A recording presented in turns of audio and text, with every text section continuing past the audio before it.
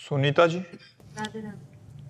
महाराज जी, आपका प्रश्न है कि जो यद्यपि आपके लिए लिखा है बट कह रहे हैं कि जो भगवत साक्षात्कार महापुरुष जन होते हैं उनको जैसे वो सब में भगवान को देखते हैं तो किस भावना से देखते हैं, कृष्ण स्वरूप में या उनके बाल स्वरूप में अपने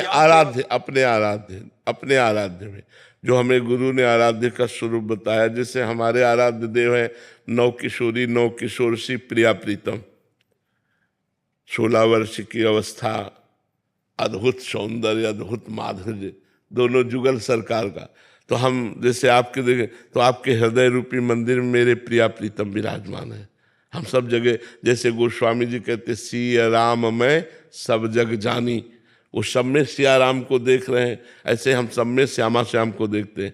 चिद चिद लक्षणम सर्वम राधा कृष्ण मयम जगत, चेतन अचेतन सब राधा कृष्ण में है, सब में राधा कृष्ण विराजमान।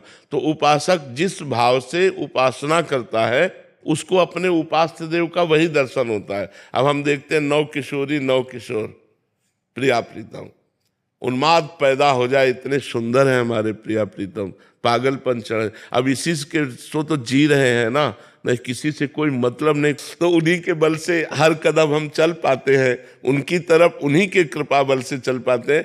तो हम अपने भावना में जब देखते हैं तो सब में श्यामा श्याम विराजमान है, नौ किशोरी नौ किशोर। अब जो बाल भाव का उपासक है वो बाल भाव का देखेगा, जो जिस भाव का उपासक है वो अपने इष्ट देव को उसी रूप में देखेगा। महाराज जी जैसे लीला करते हुए भी दिखते हैं यहाँ बैठे हैं। लीला करते हुए तो बहुत आगे की बात है।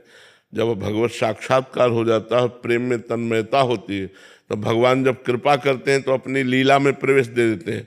अब वो प्रतिपल भगवान की लीलाओं का दर्शन करता रहता है। जैसे कोई पद आया बस उसी पद में डूब गया, उसी पद के अर्थ की लीला में चला गया। जैसे मनो आवत श्री वृषभानु दुलारी, रूप राशि अति चतुर शिरोमणि, अंग अंग सुकुमारी। अब चल वृषभानुनंदिनी पधार रहे, उसके ध्यान में श्री श्यामाजू पधार रहे, अंग अंग से सुकुमारता टपक रही, रूप की रास है, चतुर शिरोमणि। वो पूरा झांकी देख रहा है, जो पद में लिखा हुआ है वही वो झांकी देख रहा है। वो सिद्ध पुरुष होता है, उसे लीला में प्रवेश माना जाता है।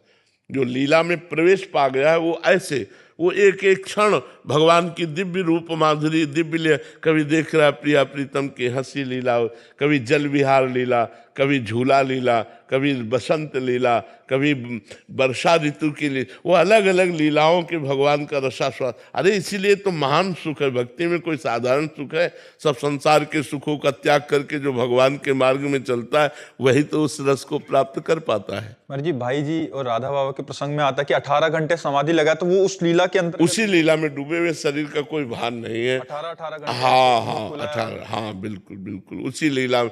बिहारी देव जी तो दतून करने के लिए बैठे, 3 दिन दतून ही करते रहे, 3 दिन दतून ही करते रहे।